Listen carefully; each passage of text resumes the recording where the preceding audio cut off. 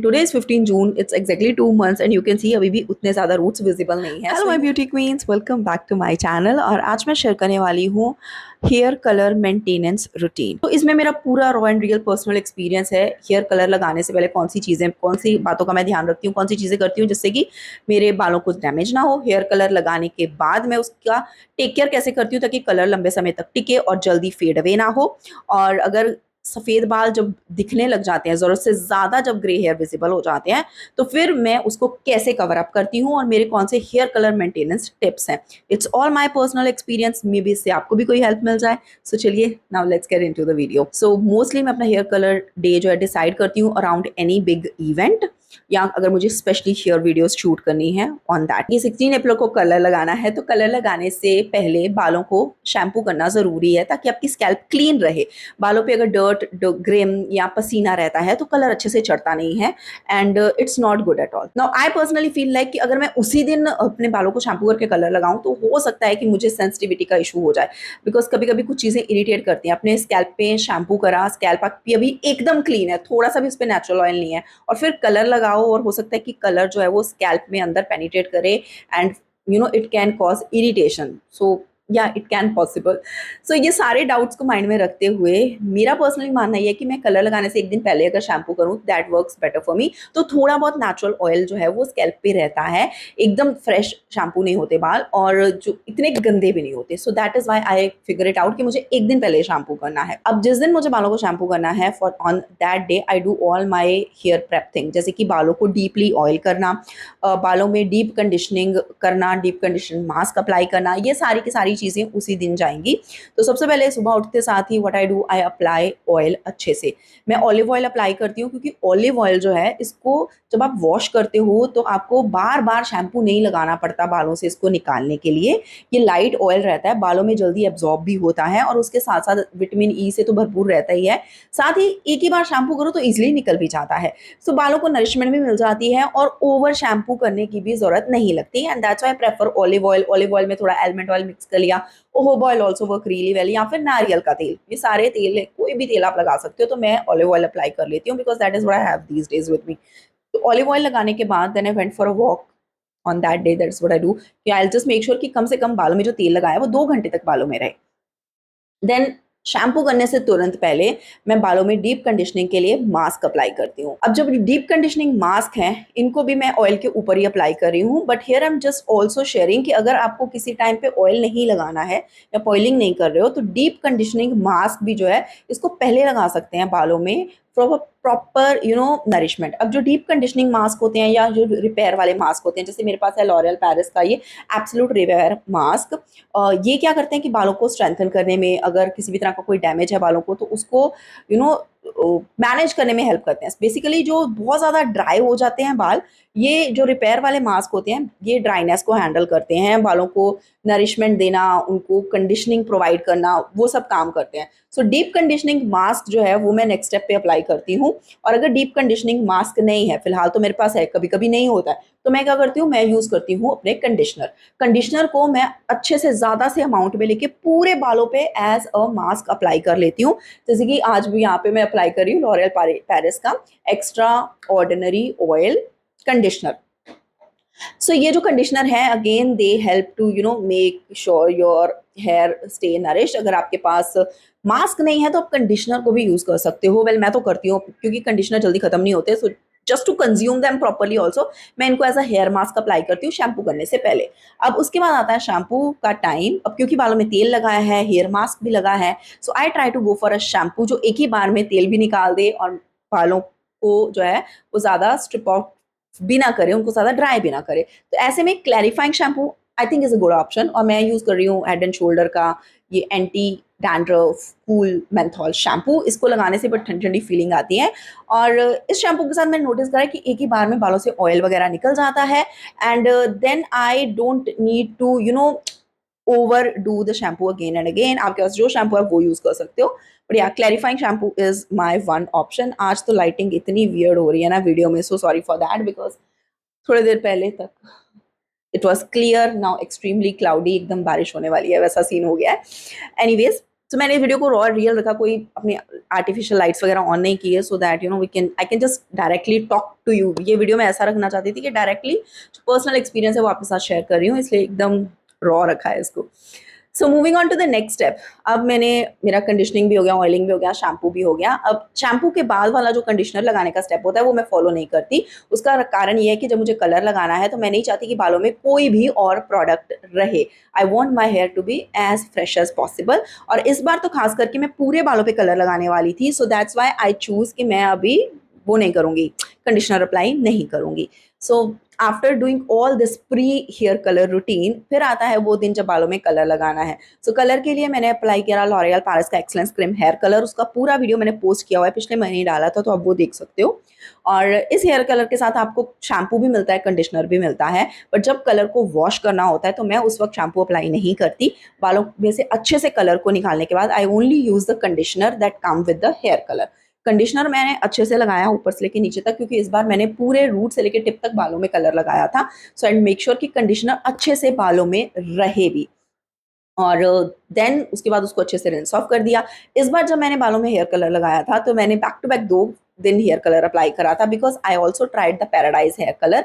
Paradise का hair colour मैंने एक दिन छोड़ के लगाया था, like 16th I did my L'Oreal Paris Excellence cream hair colour, 18th I have applied Paradise hair colour. Now Paradise के हेयर कलर में आपको 2 कंडीशनर मिलते हैं। एक कंडीशनर है जो आपको हेयर कलर अप्लाई करने के बाद लगाना है, एक आता है एंटी फेड कंडीशनर जो आपको 15 दिन बाद अप्लाई करना होता है। सो जिस दिन मैंने पैराडाइज का हेयर कलर अप्लाई किया उस दिन जो कंडीशनर साथ में आया था वही यूज करा, शैम्पू मैंने बिल्कुल भी नहीं करा।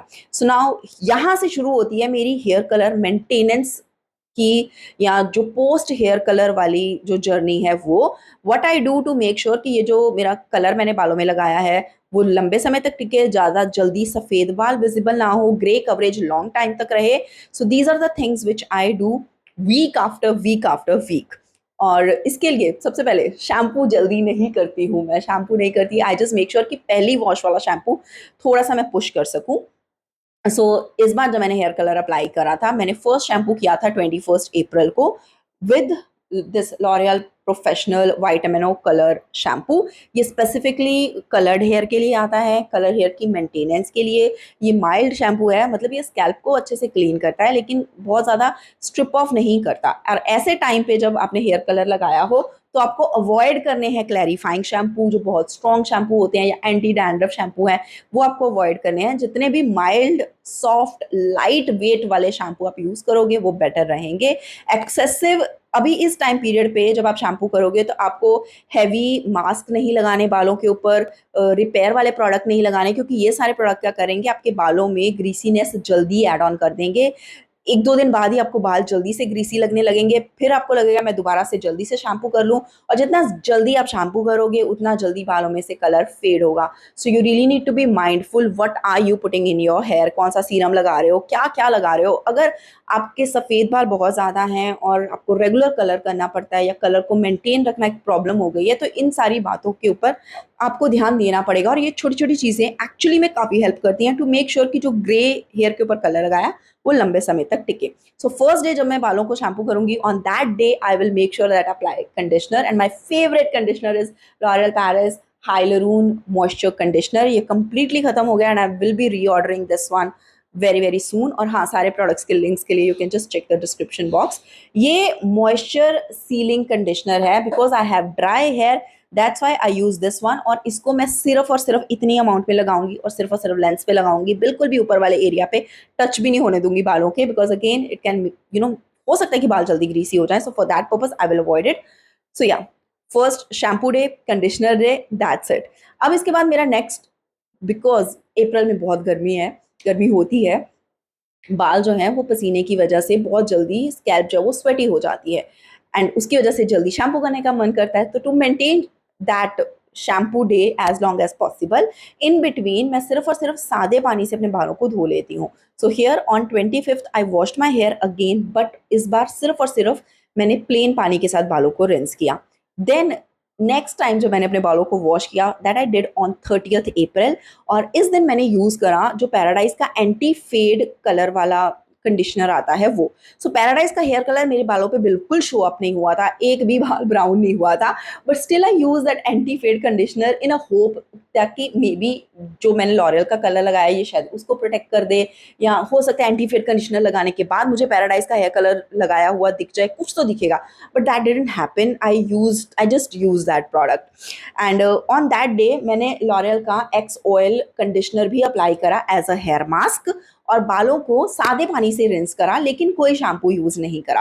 एंड देन ऑन सेकेंड में I washed my hair again with the shampoo. So ये जो पूरे इस बार मैंने मंथली नोट डाउन करे हैं ना डेज में कौन से दिन पे शैम्पू कर रही हूँ, this will also help you to understand कि कितनी वॉश में लॉरियल पैरिस का हेयर कलर जो है वो फेड होता है। सो या you can just calculate on basis of that कि कितनी बार बालों के अगर आप शैम्पू करते हो तो दोबारा से सफेद बाल दिख जाएंगे, so that you can just manage as long as you want to delay your hair colour to last long. तो सेकेंड मे को मैंने वॉश करा हेयर को दोबारा से लॉरियल पैरिस शैम्पू के साथ, and moving on to that then again 7th May को I washed my hair again, and this time again I used the shampoo because I was traveling 2 से 3 तारीख, और जब वापस आए तो मुझे बाल काफ़ी ग्रीसी लग रहे थे, तो मैंने दोबारा से शैम्पू यूज़ करा। 1 वीक के टाइम के बाद 14th को काफ़ी हद तक मेरे सफ़ेद बाल जो है वो दिखने लग गए थे, and that this is the day I decided to try another product. तो मैंने थ्राइव को का ये शैम्पू कलरिंग शैम्पू मंगवाया था, विच इज़ अ शैम्पू, लेकिन उसको आप बालों में लगाओ तो वो कलर का काम करता है। अकॉर्डिंग टू द ब्रांड ये क्विक प्रोडक्ट है, इंस्टेंट रिजल्ट देगा, and it will just help to cover your grey instantly. तो मैं इसको फर्स्ट टाइम ट्राई कर रही हूँ। यहाँ पे यू कैन सी तो पैकेजिंग है ना, उसमें आई थिंक ये कुछ 230 रुपीज़ का आता है, और अंदर की तरफ आपको 4 पैकेट्स मिलते हैं। 4 पैकेट्स के लिए 4 पेयर ऑफ ग्लव्स भी दिए हुए हैं। तो मैंने एक ही पैकेट अपने साथ वॉशरूम में कैरी किया, एक ही पैकेट कट किया, और जो मुझे फ्रंट के जहाँ जहाँ पे मुझे ज़्यादा ग्रे दिख रहे थे वहाँ पे मैंने इसको अप्लाई किया। तो जब अप्लाई करते हैं ना, ये एज अ शैम्पू ही अप्लाई होता है, आपको थोड़ा सा फोम जैसा दिखेगा बालों में। और जो एक पैकेट था वो मेरे पूरे बालों के लिए बिल्कुल भी काफ़ी नहीं था, क्योंकि जैसे ही मैंने उसको अप्लाई किया वो सिर्फ फ्रंट के एरिया पे अप्लाई होते साथ ही खत्म हो गया। And then I was clueless, oh my God अब मैं क्या करूं, क्योंकि बाकी के शैम्पू तो मैं बाहर छोड़ आई हूँ, वॉशरूम में लेके ही नहीं आई हूँ अपने साथ। And I let it be like that. मैंने सोचा कि थोड़ा सा पानी लेके इसको थोड़ा स्प्रेड कर लूँ, बट मैंने रियलाइज कि हो सकता है ये कलर जो है वो डिल्यूट ना हो जाए, so I just didn't do that.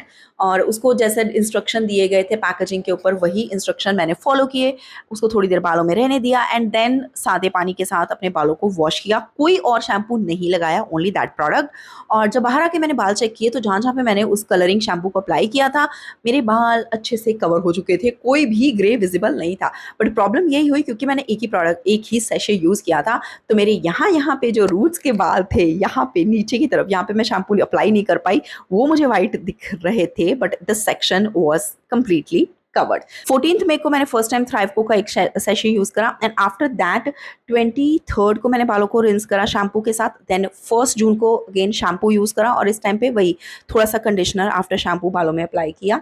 Then on 6th जून मुझे काफ़ी ज़्यादा फिर से ग्रेज जो है वो विजिबल होने लग गए थे। आई थॉट कि okay this is the time now I have to colour my hair, क्योंकि मुझे एक इवेंट अटेंड करना था।